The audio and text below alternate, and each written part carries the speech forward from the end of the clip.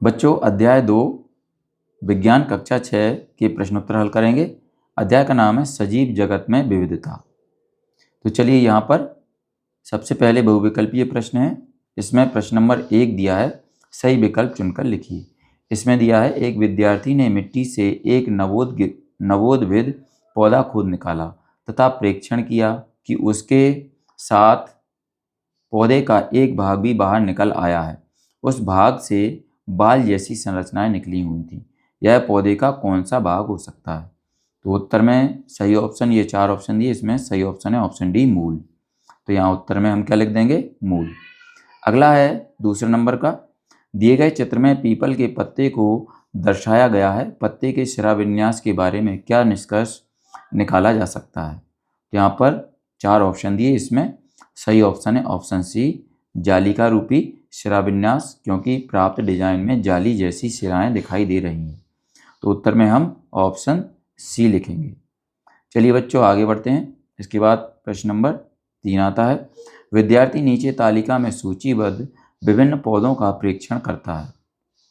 विद्यार्थी ने इनमें से किन पौधों में समांतर शिराविन्यास देखा होगा, जो यहाँ पर दिए हैं? तो यहाँ पर देखिए ऑप्शन दिए हैं, तो इसमें सही ऑप्शन है ऑप्शन डी, केला तथा घास। उत्तर में हम लिखेंगे केला तथा घास।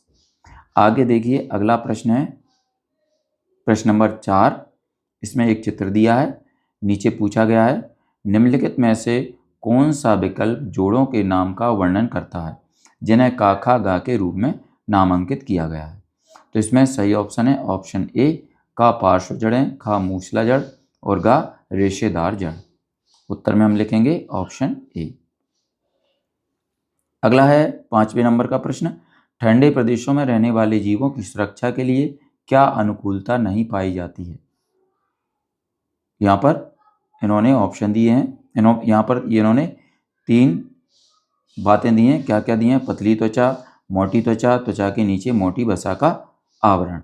यहाँ पर ये इन्होंने क्या दिया है? ये कारण दिए हैं, है ना। इन कारण से जीव क्या है? अनुकूलित रहते हैं। तो यहाँ पर ये इसमें सही ऑप्शन क्या होगा? ऑप्शन ए, केवल 1। चलिए आगे बढ़ते हैं, प्रश्न नंबर 6 पर आते हैं। अनुराधा अपने विद्यालय के बगीचे में देखती है कि कुछ पौधों की लता कोमल है और उन्हें चढ़ने और आगे बढ़ने के लिए सहारे की आवश्यकता है। वह लता है, इसमें सही ऑप्शन है ऑप्शन सी, आरोही लता। इसके बाद 7 नंबर का प्रश्न आएगा, चित्र में दिखाए बीज पत्र को ध्यानपूर्वक देखकर निम्नलिखित बिंदुओं द्वारा उसमें बीज पत्र शिराविन्यास और जड़ के प्रकार का पता लगाइए।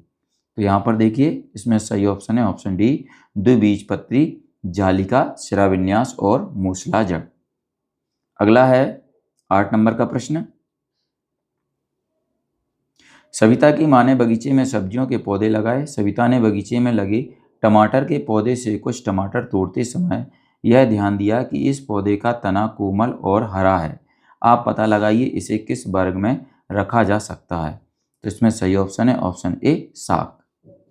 अगला है 9 नंबर का प्रश्न, एक विद्यार्थी द्वारा शंक्वाकार वृक्ष का चित्र बनाया गया जिसकी पत्तियां नुकीली, शाखाएं लचीली और झुकी हुई प्रतीत होती हैं। यह वृक्ष किस क्षेत्र में पाया जाता है? तो यहाँ पर सही ऑप्शन है ऑप्शन डी, पर्वतीय क्षेत्र में। अगला है प्रश्न नंबर 2, रिक्त स्थानों की पूर्ति कीजिए। तो यहाँ पर देखिए पहले नंबर में आएगा समूहन, दूसरे नंबर में आएगा समांतर, तीसरे नंबर में आएगा जालिका रूपी और तीसरे नंबर में आएगा भिन्न, ये दूसरे नंबर में ही है जालिका रूपी, तीसरे में आएगा भिन्न और चौथे में आएगा पवित्र उपवन। तो बच्चों इसी तरीके से आप भी अपनी एडगेड अभ्यास पुस्तिका में ये खाली स्थान भर सकते हैं। चलिए इसके बाद हम आगे बढ़ते हैं। ये 5वां है यहाँ पर और इसमें आएगा अनुकूलन। चलिए इसके बाद अति लघुत्तरी प्रश्न आ चुके हैं। अति लघुत्तरी प्रश्न में प्रश्न नंबर 3 दिया है, कठोरता के आधार पर पौधों को कितने वर्गों में बांटा गया है? उनको 2-2 उदाहरणों के द्वारा समझाइए। तो उत्तर में हम लिखेंगे, कठोरता के आधार पर पौधों को मुख्य रूप से 2 भागों में बांटा गया है। पहला है कोमल, दूसरा है कठोर। इसके अतिरिक्त पौधों को उनके तने की कठोरता के आधार पर भी वर्गीकृत किया जा सकता है, जैसे शाकीय पौधे और दूसरा है काष्ठीय पौधे। चलिए अगला है प्रश्न नंबर 4। दिए गए फ्लो चार्ट में का और खा के कौन कौन से उदाहरण हो सकते हैं। तो यहाँ पर देखिए ये फ्लो चार्ट बना है, इसमें यहाँ पर देखिए जो बॉक्स खाली हैं वहाँ पर हमने सभी बॉक्स भर दिए हैं। यहाँ पर आएगा समांतर सिरा विन्यास, यहाँ पर रेशेदार, यहाँ पर गेहूं चावल, यहाँ पर द्विबीजपत्री बीज और मूसला जड़, यहाँ मूली गाजर। इसके बाद यहाँ पर ये टेबल आ चुकी है हमारे सामने, इसमें भी हमें जो खाली स्थान दिए हैं वहाँ पर जो चाही गई जानकारी है वो भरना है। तो यहाँ पर देखिए 1 नंबर पर हम यहाँ पर लास्ट वाले कॉलम में भरेंगे पैर पंख, और 2 नंबर में दूसरे नंबर पर भरेंगे रेंगना, और तीसरे नंबर पर शरीर, तीसरे नंबर में चलना पैर, चौथे नंबर में पंख, 5वें नंबर में उड़ना, और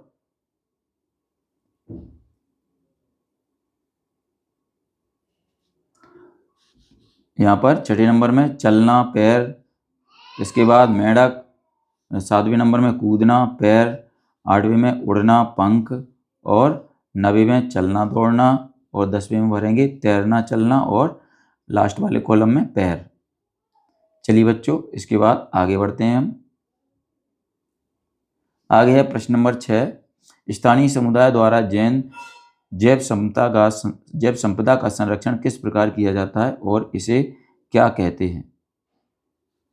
उत्तर में लिखेंगे हम। जैव विविधता का संरक्षण स्थानीय लोगों द्वारा विभिन्न तरीकों से किया जाता है, जैसे संरक्षित क्षेत्रों का प्रबंधन, पारंपरिक ज्ञान का उपयोग, जागरूकता फैलाना, समुदाय आधारित निगरानी। इसे समुदाय आधारित संरक्षण या सहभागी संरक्षण कहा जाता है।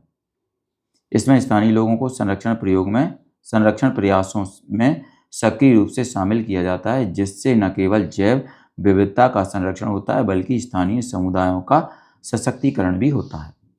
अगला है प्रश्न नंबर 7। पर्वतीय एवं मरुस्थलीय क्षेत्र के पेड़ पौधों एवं जंतुओं में विविधता देखने को मिलती है, इस विविधता को क्या कहते हैं, परिभाषित कीजिए। उत्तर में लिखेंगे। पर्वतीय और मरुस्थलीय क्षेत्रों में पेड़ पौधों और जंतुओं में पाई जाने वाली विविधता को जैव विविधता कहते हैं। जैव विविधता का अर्थ है किसी क्षेत्र में पाए जाने वाले विभिन्न प्रकार के जीवों की विविधता, जिसमें पौधे, जानवर, कवक और सूक्ष्म जीव शामिल हैं। अगला है प्रश्न नंबर 8। एक जालिका रूपी शिराविन्यास और एक समांतर शिराविन्यास दर्शाते हुए एक एक पत्ती का चित्र बनाइए। तो यहाँ पर देखिए ये 2 पत्तियों का चित्र बना दिया, इसी तरीके से आप भी बना सकते हैं। अगला है प्रश्न नंबर 9। बतख के पंजों में कौन सी विशेष संरचना पाई जाती है और यह किस कार्य में सहायक है। उत्तर में लिखेंगे। बतख के पैरों में उंगलियों के बीच की त्वचा मोटी और जुड़ी हुई होती है, जिससे एक जाल जैसा आकार बनता है, जो उनके तैरने और पानी में चलने में मदद करती है। यह जाल उनकी उंगलियों के बीच की त्वचा से बना होता है, जो एक पैडल की तरह काम करता है। अगला है प्रश्न नंबर 10। दिनेश अपने मित्र सुरेश से तर्क करता है कि गर्म मरुस्थल में रहने वाला ऊंट बिना जल पिए कई दिनों तक जीवित रह सकता है, क्यों। तो सुरेश द्वारा इसके स्पष्टीकरण के लिए कौन कौन से उत्तर दिए गए। तो उत्तर में लिखेंगे। गर्म मरुस्थल में रहने वाले ऊंट बिना पानी पिए कई दिनों तक जीवित रह सकते हैं, क्योंकि वे पानी के संरक्षण और उपयोग के मामले में बहुत कुशल होते हैं। उनके शरीर में कई अनुकूलन होते हैं जो उन्हें पानी की कमी का सामना करने में मदद करते हैं। अगला है प्रश्न नंबर 11। नीलगिरी के बुरांश और सिक्किम के बुरांश के पौधे वातावरण में जीवित रहने के लिए किस प्रकार अनुकूलित हैं, समझाइए। तो उत्तर में लिखेंगे। गर्म मरुस्थल में रहने वाले ऊंट बिना पानी पिए कई दिनों तक जीवित रह सकते हैं, क्योंकि वे पानी के संरक्षण और उपयोग के मामले में बहुत कुशल होते हैं। उनके शरीर में कई अनुकूलन होते हैं जो उन्हें पानी की कमी का सामना करने में मदद करते हैं। इसके बाद अगला है प्रश्न नंबर 12। ये लघु उत्तरीय प्रश्न है। चित्र में दी गई पत्तियों में दिख रही बारीक रेखाएं क्या दर्शा रही हैं। क्या सभी पत्तियों में एक समान रेखाएं दिखती हैं। तो यहाँ पर देखिए उत्तर में हम लिखेंगे। पत्तियों में दिख रही बारीक रेखाएं श्रव विन्यास दर्शा रही हैं। सभी पत्तियों में एक जैसी रेखाएं नहीं होती। इसके बाद प्रश्न नंबर 13 है, रानी अपनी मित्र मोहिनी के साथ खेत गई। वहां उसने खुरपी की सहायता से पौधे की जड़ को नुकसान पहुंचाए बिना एक चने का पौधा और एक गेहूं का पौधा निकाला और दोनों प्रकार के पौधों का अवलोकन किया। आपके अनुसार उन्हें अवलोकन करने में जड़ें एवं पत्तियों का श्रव विन्यास किस प्रकार का दिखाई दिया होगा? उत्तर में लिखेंगे, चने के पौधे की जड़ें मूसला जड़ें होती हैं और पत्तियों का श्रव विन्यास जालीदार होता है। गेहूं की पत्तियों में समांतर श्रव विन्यास होता है और इसकी जड़ें रेशेदार होती हैं। चलिए इसके बाद प्रश्न नंबर 14 पर आते हैं। कक्षा शिक्षिका द्वारा बोर्ड पर तालिका में कुछ आंकड़े दिए गए हैं। आंकड़ों के समूह के आधार पर इन पौधों के उदाहरण का पता लगाइए और तालिका पूर्ण कर दिए गए प्रश्नों के उत्तर दीजिए। तो यहाँ पर देखिए, यहाँ पर उदाहरण में यहाँ पर हम गाजर लिख देंगे, इस तरफ हम क्या लिख देंगे? गेहूं। आगे चलते हैं। उत्तर में हम नीचे लिखेंगे, 1 नंबर पर लिखेंगे दोनों ही पौधों में पाई जाने वाली जड़ें हैं। दूसरे में लिखेंगे दोनों का मुख्य कार्य पौधों को मिट्टी में स्थिर करना और पानी और पोषक तत्वों को अवशोषित करना है। चलिए अगला है प्रश्न नंबर 15।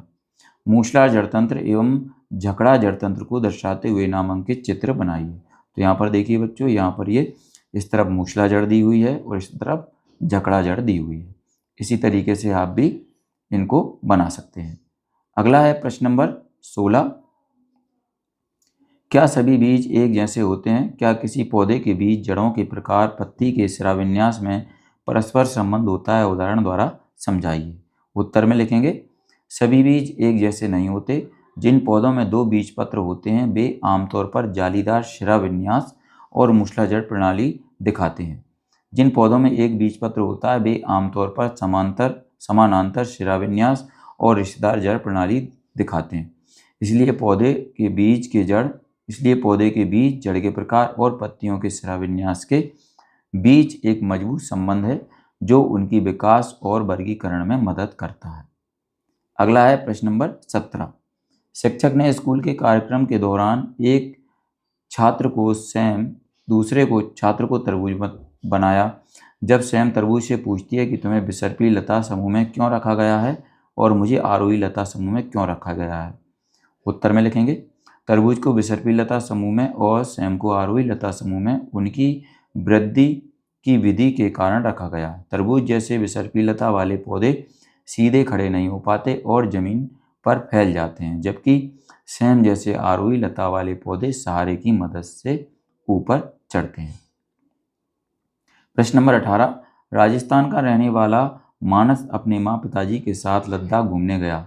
उसने वहाँ 2 कुबड़ वाला ऊँट देखा। उसने अपने पिताजी से पूछा कि अपने यहाँ के ऊँट में तो एक ही कुबड़ होती है, लद्दाख के ऊँट में 2 कुबड़ क्यों पाई जाती हैं? उत्तर में लिखेंगे लद्दाख के ऊँट में 2 कुबड़ इसलिए होती हैं क्योंकि वे ठंडे, शुष्क और पहाड़ी इलाकों में रहने के लिए अनुकूलित होते हैं, जबकि एक कुबड़ वाले ऊँट गर्म रेगिस्तानी इलाकों में पाए जाते हैं। 2 कुबड़ वसा जमा करने में मदद करते हैं, जो ऊर्जा और पानी की स्रोत के रूप में काम करते हैं, खासकर जब भोजन और पानी की कमी होती है। अगला है लघुत्तरीय प्रश्न। प्रश्न नंबर 19 है, मटर और गेहूं के बीज को 2-3 दिन के लिए पानी में भिगोइए। बीजों का आवरण हटाकर बीजों की संरचना को देखें। अब मटर और गेहूं के बीजों की संरचना का अवलोकन करें। क्या वे समान हैं अथवा भिन्न हैं? विस्तार पूर्वक समझाइए। उत्तर में लिखेंगे अंकुरित बीज और सामान्य बीज में मुख्य अंतर यह है कि अंकुरित बीज में एक छोटा पौधा विकसित होना शुरू हो जाता है, जबकि सामान्य बीज निष्क्रिय अवस्था में रहता है। अंकुरित बीज में बीज से एक जड़ और एक तना निकलने लगता है, जो कि सामान्य बीज में नहीं होता। यहाँ पर देखिए ये चित्र बना दिया गया है। इसके बाद प्रश्न नंबर 2 आता है। प्रश्न नंबर 20 आता है, एक क्षेत्र की जैव विविधता अन्य क्षेत्रों की जैव विविधता से अलग क्यों होती है? मरुस्थलीय एवं पर्वतीय क्षेत्र में पाए जाने वाले पादपों को आधार बनाकर समझाइए। तो उत्तर में लिखेंगे हम एक क्षेत्र की जैव विविधता दूसरे क्षेत्र से अलग होती है क्योंकि प्रत्येक क्षेत्र की जलवायु, मिट्टी और भौगोलिक स्थितियां अलग अलग होती हैं। जिससे विभिन्न प्रकार के पौधों और जानवरों का विकास होता है। मरुस्थलीय और पर्वतीय क्षेत्रों के पौधों के उदाहरणों से इसे समझा जा सकता है। मरुस्थलीय पौधों में पानी की कमी से निपटने के लिए अनुकूलन होते हैं, जबकि पर्वतीय पौधों में ठंड और तेज हवाओं का सामना करने के लिए अनुकूलन होते हैं। अगला है प्रश्न नंबर 21। गर्म मरुस्थल में रहने वाला ऊंट और ठंडे मरुस्थल में रहने वाले ऊंट की जैव विविधता भिन्न परिस्थितियों के कारण एक दूसरे से बहुत अलग होती है, क्यों? उत्तर में लिखेंगे, गर्म और ठंडे रेगिस्तान में रहने वाले ऊंटों की जैव विविधता अलग होती है क्योंकि वे अलग अलग वातावरण के अनुकूल होते हैं।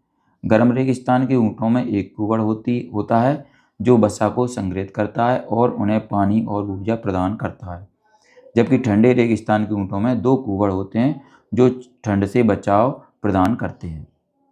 अगला है बच्चों प्रश्न नंबर 22। निम्नलिखित स्थानीय पौधों को अवलोकन नीचे लिखे निर्देशों के आधार पर कीजिए। नीम, तुलसी, आम, बबूल और आंवला, केला, गुड़हल। तो बच्चों ये प्रश्न है, चलिए इसका उत्तर देख लेते हैं हम। यहाँ पर नीम दिया है, बीज छोटे, अंडाकार, मुख्य जड़, मूसला जड़ और कई पार्श्व जड़ें होती हैं, तना मजबूत होता है, सिरा विन्यास जाली का है। तुलसी, बीज छोटे, अंडाकार और भूरे रंग के होते हैं, जड़ें मजबूत होती हैं, तना सख्त, पत्तियां अंडाकार, सिरा विन्यास जाली का होता है। आम, बीज बड़ा, तना मजबूत, मुख्य जड़ मूसला और कई पार्श्व जड़ें, सिरा विन्यास जाली का, तना सीधा।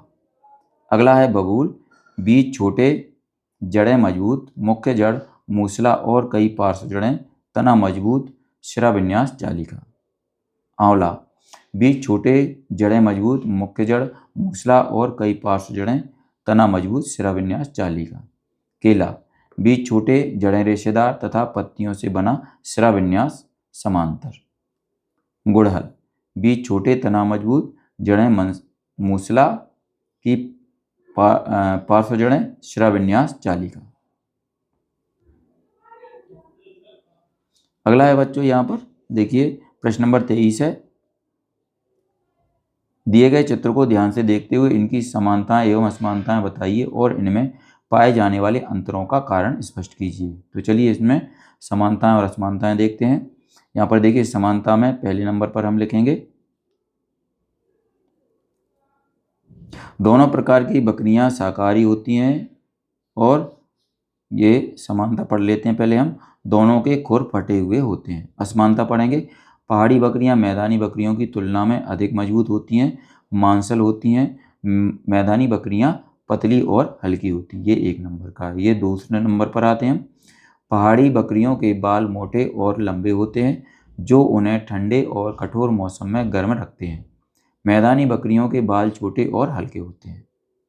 अगला है यहाँ पर समानताओं में आ जाते हैं, दोनों प्रकार की बकरियां सामाजिक होती हैं। चौथा है दोनों प्रकार की बकरियां जीवित बच्चों को जन्म देती हैं। असमानताओं में आते हैं, पहाड़ी बकरियां चट्टानी और पहाड़ी इलाकों में रहने के लिए अनुकूलित होती हैं, जबकि मैदानी बकरियां खुले मैदानों और घास के मैदानों में रहने के लिए अनुकूलित होती हैं।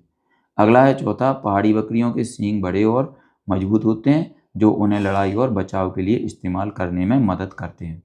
मैदानी बकरियों के सींग छोटे और कम मजबूत होते हैं। चलिए बच्चों इसके बाद प्रोजेक्ट कार्य पर आते हैं। यहाँ पर पहला प्रोजेक्ट कार्य है, तो इस तरीके से आप इसको कंप्लीट कर सकते हैं। इस तरफ लिखेंगे एडवर्ड ओ विल्सन, यहाँ पर संक्षिप्त योगदान लिखेंगे। इसके बाद थॉमस लवजाय, ये इनका नाम है, इस तरफ इनका क्या योगदान लिखेंगे। इसके बाद तीसरा है जो एनी सेबलाल, यहाँ पर इस तरफ योगदान लिखेंगे। चौथा है MS स्वामीनाथन, ये भी वैज्ञानिक हैं, इस तरफ इनका योगदान लिखेंगे। चलिए बच्चों इसके बाद प्रश्न नंबर प्रोजेक्ट कार्य 2 पर आते हैं। यहाँ पर देखिए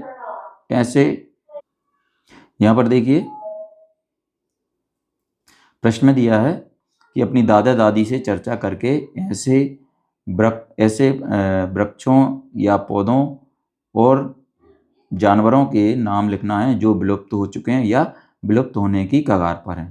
तो यहाँ पर देखिए उल्लू भी विलुप्त होने की कगार पर है, गौरैया तो लगभग हो ही चुकी है, थोड़ी बहुत बची हुई हैं, गिद्ध भी ऐसी ही कगार पर है, बिल्कुल ना के बराबर हैं, और खरगोश भी है। इसी तरीके से यहाँ पर पौधे हैं चिरौंजी, शतावरी, आंवला, लिसोड़ा, ये सभी विलुप्त होने की कगार पर है। अगला है प्रोजेक्ट कार्य तीसरा, भारत सरकार ने जैव विविधता के संरक्षण के लिए बाघ परियोजना की तरह अन्य कौन कौन सी परियोजनाएं संचालित की हैं, पता लगाइए और तालिका पूर्ण कीजिए। तो बच्चों यहाँ पर देखिए, पहली है हाथी परियोजना, तो यहाँ पर इसका हमने विवरण लिख दिया है जो पूछा गया है। दूसरा है गैंडा परियोजना, इसका भी हमने यहाँ पर डिटेल लिख दी है। अगला है इसके बाद हिमतेंदुआ परियोजना, इसकी भी डिटेल यहाँ पर हमने लिख दी है। तो बच्चों यहाँ पर यह हमारा अध्याय 2 समाप्त हो चुका है। अगर आपको हमारा ये वीडियो अच्छा लगता है तो इसको लाइक करें, अपने दोस्तों के साथ शेयर भी करें। इसी तरीके के और भी वीडियो पाने के लिए हमारे इस चैनल को सब्सक्राइब करना ना भूलें। धन्यवाद।